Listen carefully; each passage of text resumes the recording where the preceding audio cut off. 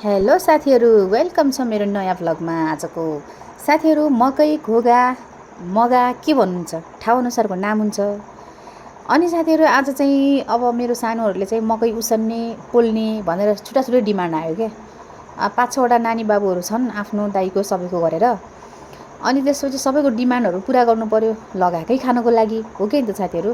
अनि लगाएकै खानको लागि भनेर चाहिँ मैले चाहिँ अब नानु बाबुहरूको डिमान्ड पुरा गर्न लागि अनि घरमा आमा, मैया, दिदी सबैको डिमान्ड भएको हुनाले मैले चाहिँ मकै चट लाएर काटेँ साथीहरू है। अनि सँगै पहाडको भ्यू हेर्नुहोस् न साथी, कस्तो राम्रो छ है। साँच्चै पहाडमा बस्दा अलग्गै फिल हुन्छ क्या साथीहरू, धेरै कस्तो हो। अनि मैले चाहिँ नानीलाई बोलाइरहेको तल आएर भिडियो बनाइदिएँ भनेर है। अनि मैले चाहिँ पाकेको घोगा है, घोगाई भन्ने साथीहरू मैले चाहिँ आफ्नो कर्मभूमिको भाषाअनुसार मेरो माइतीतिर चाहिँ मकै भनिन्छ, दाङतिर। अब मेरो पहिलो घर चाहिँ अछाम भएको हुनाले घोगा भनिन्छ। अनि साथीहरू मैले चाहिँ मजाले काटेँ। उता मेरो आमा चाहिँ कपडा धुँदै हुनुहुन्थ्यो अनि मेरो साने पनि त्यहीँ थियो है।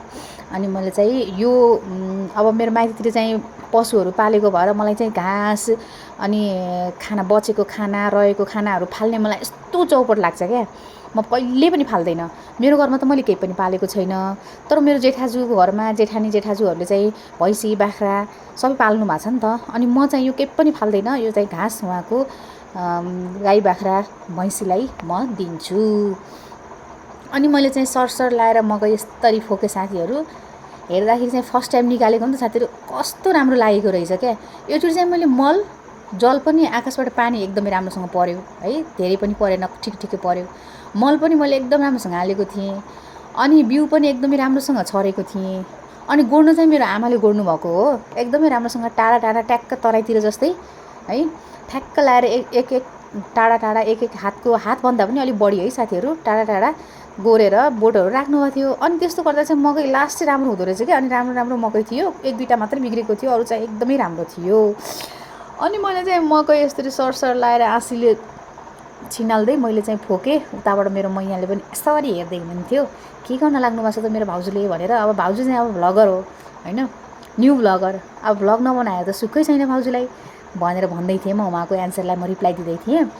त्यसपछि मैले चाहिँ सरसर लाएर सबै मकैहरू सोरेँ अनि दिदीलाई पनि बोलाएँ। दिदी यो पोक्सरहरू मकैको यो पोक्सरहरू है, के भन्नुहुन्छ साथीहरू, म चाहिँ पोक्सर भन्छु, आफ्नै रुक्मेली माइतीको भाषा पोक्सर भन्छु, बङ्गालीमा दाङमा बसे पनि। अनि पोक्सरहरू अनि यो मकैका नल घाँस सबै मैले बनाएँ। अनि साथीहरू मकै चाहिँ यस्तो राम्रो भएको कि यति खुसी लाग्यो होइन, मेहनत गरेकै हो मैले जस्तो लाग्यो कि नतिजा देखेर।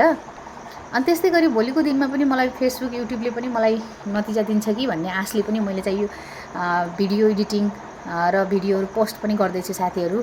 हजुरको साथ सपोर्टले चाहिँ खास साथ सपोर्टले, हजुरको मायाले सायद मलाई अगाडि बढ्ने हौसला पनि बढ्नेछ भन्दै मेरो चाहिँ यो भान्सा हो साथीहरू, आगो बाल्ने ठाउँ है।